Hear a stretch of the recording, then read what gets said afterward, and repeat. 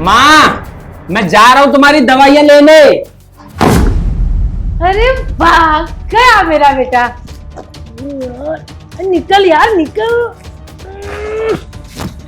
हाँ, सांस में सांस आई। अरे डॉक्टर, डॉक्टर, अरे जल्दी आए। क्या है ये नौटंकी, क्या कुछ नहीं करना पड़ता है। अरे हाँ ना, जल्दी ना जल्दी ना। अरे आपने अपनी ड्रिप वगैरह क्यों निकाल दी और ये गले में से इसको भी निकाल दिया? अरे तू पागल है क्या? अरे तुझे पता नहीं है क्या, मैं बीमार नहीं हूँ, मैं बीमार होने का ढोंग कर रही हूँ ताकि अपने बेटे से पैसे ऐंठ सकूं। आपकी दिमागी हालत भी खराब हो गई है, मुझे तो ऐसा लग रहा है। आप फटाफट से लेट जाओ, तबीयत ज्यादा खराब हो जाएगी आपकी। अरे तू अपनी बकवास बंद कर। अरे तुझे याद है मैं अपने बेटे को क्या बोल करके लाई यहाँ पर इस घर में? अरे तुझे यहाँ पे एज ए नर्स रखा और अपने बेटे को ये बताया कि तू डॉक्टर है यहाँ पर, और पर्चे बना बना के तू मेरे बेटे को देती है ना, और जो पैसे ऐंठती है वो मैं और तू मिलके ही तो करते हैं। नहीं नहीं, ऐसा कुछ भी नहीं है।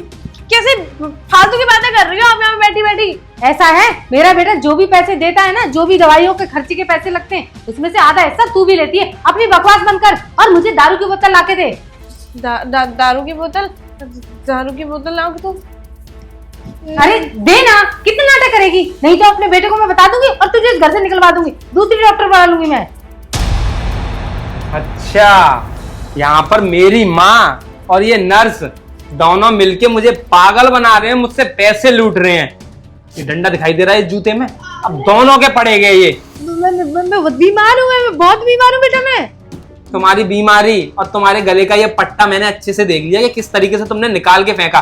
तुमको ऐसा लगा था मैं तुम्हारी दवाइयां लेने के लिए गया हूँ, पर ऐसा नहीं था, मैं गया ही नहीं था, क्योंकि मुझे तुम्हारे ऊपर पता नहीं शक हो रहा था। जब भी मैं तुम्हारे पास में आता था तो मुझे दारू की स्मेल आती थी। मैं सोचता था कि ये दारू की स्मेल क्यों आ रही है, मैं तो दारू पीता नहीं, और मेरी माँ बीमार है, वो तो दारू को हाथ भी नहीं लगा सकती हैं, क्योंकि मुझे पता थी तुम पहले से दारू पीती हो।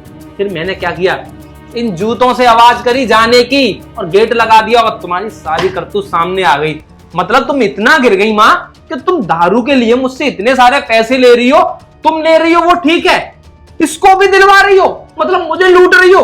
अब एक काम करो, मैं पापा को कॉल कर दूंगा, तुम अभी अपना बोरिया बिस्तर पैक करो और गांव निकलो यहाँ से, और इसको मैं जेल में डलवाऊंगा। बेटा मेरी बात तो सुन, वो क्या है ना, यहाँ पर क्या कहते हैं, ये दारू लेकर आती थी अपने लिए, ये पीती थी, और इसने मैं तो दारू पीती ही नहीं हूँ ना। अरे माँ, आप झूठ बोलना बंद करो।